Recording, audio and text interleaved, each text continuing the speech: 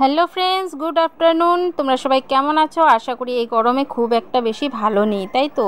আমাদের যে পরিস্থিতি সবারই একই, কারণ প্রচণ্ড রোদ দিয়েছে, প্রচণ্ড গরম। আমাদের এখানে তো খুবই গরম। তোমাদের ওখানে কি প্লিজ কমেন্ট করে জানাবে।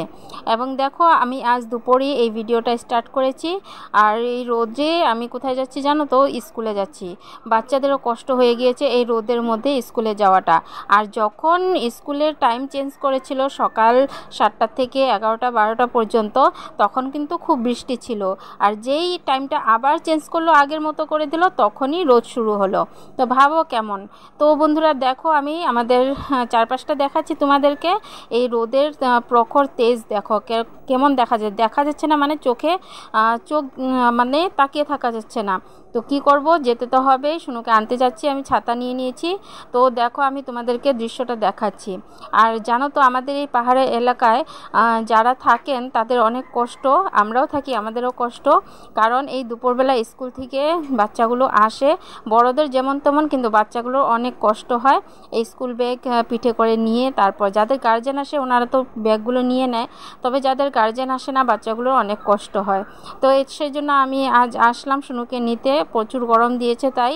তো দেখো, আমি আস্তে আস্তে যাচ্ছি। আর রাস্তায়ও দেখো একদম লোক কম, কারণ সেটা বুঝতেই পারছো। আর কি জানো তো, এই যে ফার্মেসিও বন্ধ। আমি এখানে এসেছিলাম ফার্মেসিতে মার জন্য ওষুধ নিয়ে যাব বলে, তো সেটাও পেলাম না।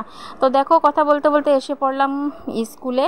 তো স্কুলে বাচ্চাদেরকে নেওয়ার জন্য দেখো সব গার্জেন এসেছে। আর স্কুলে ছুটি হয়ে গেল আসার সাথে। তো আমিও দাঁড়িয়ে আছি সবার মতো করে। তো শুনু বেরোচ্ছিল না, আমি অপেক্ষা করেছিলাম। আর প্রচুর রোদ ছিল। আমি ভিডিওটা করার জন্য দেখো এখানে এসে দাঁড়িয়ে আছি, নয়তো অন্য একটা জায়গা আছে যেখানে সবার গার্জেন দাঁড়িয়ে থাকে। তো সেখানে আমি দাঁড়াইনি, কারণ ভিডিওটা করব, তার জন্য তোমাদের দেখাবো। দেখো বাচ্চাগুলো বের হচ্ছে, বাচ্চাগুলোর মুখগুলো দেখলে কষ্ট লাগছিল। তো এবার দেখো শুনু বেরিয়ে এসেছে। এবার চলো বাড়ির দিকে যাব। আর কি করে যে যাব সেটাই ভাবছিলাম, এত রোদের মধ্যে কি করে যাব।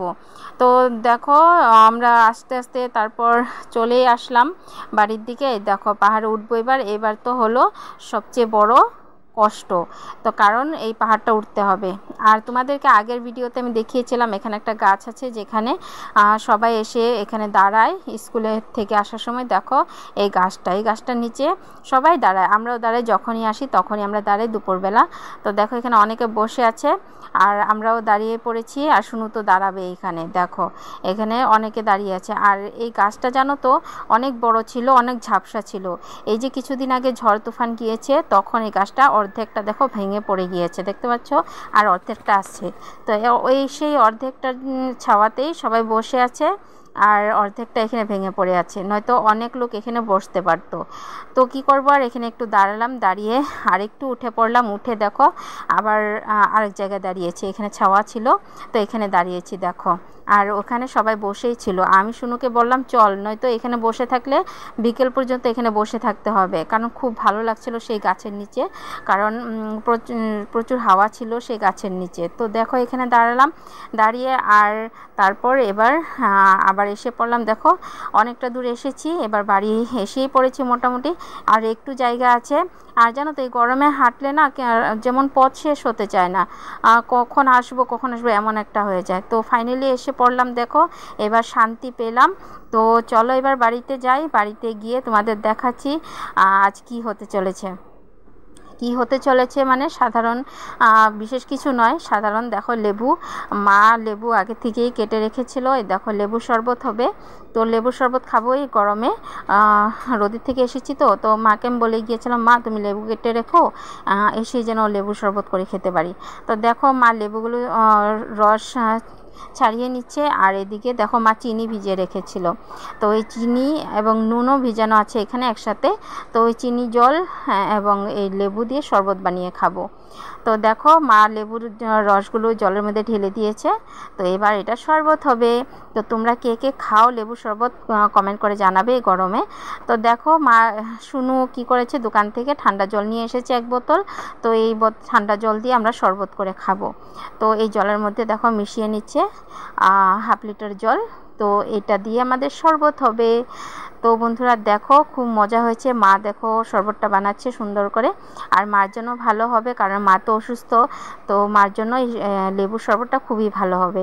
আর তোমাদেরও বলি, এই গরম পড়েছে বলে অনেকে কি করে ওই যেগুলো ড্রিঙ্কসগুলো থাকে কোল্ড ড্রিঙ্কস সেগুলো খেয়ে নেয়, তো সেগুলোর থেকে ভালো বাড়িতে লেবুর রস করে খাওয়া, তাই না? আর যদি পথে ঘাটে মানে রাস্তায় বাইরে কোথাও থাকো বাড়ির থেকে বাইরে, তো পথে ধারে যেগুলো ওই যে আখের রস বিক্রি হয় সেগুলো খেও, তবুও ওই কোল্ড ড্রিঙ্কস খেও না, কোল্ড ড্রিঙ্কস খেলে ভালো নয়, তাই না? তো দেখো শরবত হয়ে গিয়েছে, গ্লাসে বেড়ে দিয়েছে, তো এবার আমরা খাবো। তো শুনুকে দিচ্ছি আগে, দেখো শুনু খেয়ে নেবে, তারপর মার জন্য আছে, আর আমিও খাবো, সবাই খাবো আমরা। তো তোমরা কে কে খাবে চলে এসো এই গরমের লেবুর শরবত খেতে। তো দেখো শুনু খাচ্ছে, আর এদিকে মারটাও নিয়ে নিচ্ছে, দেখো পুরো 3 গ্লাস হয়েছে জানো তো, একদম দেখো পুরোপুরি 3 গ্লাস হয়েছে 3 জনের জন্য। তো একদম আইডিয়াটা ঠিক ছিল মার জল দেওয়ার। তো শুনু বলছে বড়িয়া হয়েছে, তো এবার আমিও খাচ্ছি দেখো। তো বন্ধুরা আজকের ভিডিওটা একদম ছোট ছিল, তোমরা সবাই নিশ্চয়ই সম্পূর্ণ দেখেছো, যারা সম্পূর্ণ দেখেছো তাদেরকে অনেক অনেক ধন্যবাদ। তো আজকের ভিডিওটা এখানে শেষ করব। তো বন্ধুরা কি আর বলবো, যদি ভালো লেগেছে তাহলে প্লিজ লাইক শেয়ার কমেন্ট করে দিও, আর যদি কেউ নতুন বন্ধু হয়ে থাকো প্লিজ আমার চ্যানেলটাকে সাবস্ক্রাইব করে পাশে থেকো। তো বন্ধুরা দেখো মিঠুয়া খাচ্ছে আমার সাথে সাথে, ওরও টেস্টটা পেয়েছে হয়তো। তো দেখো আমরা খাচ্ছি, খেয়ে এবার আমরা খাওয়া দাওয়া করব। তো আর ভিডিওটা আজ বড় করলাম না, তোমরা সবাই ভালো থেকো সুস্থ থেকো, আবার দেখা হবে তোমাদের সাথে আরও একটা নতুন ভিডিওর সাথে। তো বন্ধুরা সবাই ভালো থেকো, আর সবাইকে বলছি টাটা বাই বাই। এই গরমে সবাই কিন্তু সাবধানে থেকো, ঠিক আছে? তো বন্ধুরা এবার আসছি, মিঠুকে দেখো মিঠু খাচ্ছে আমার সাথে সাথে, একটু খাচ্ছে একটু উঠাচ্ছে, একটু খাচ্ছে একটু উঠাচ্ছে। তো দেখো টাটা বলছি, তবুও আমি কথা বলেই যাচ্ছি। তো বন্ধুরা দেখতে থাকো।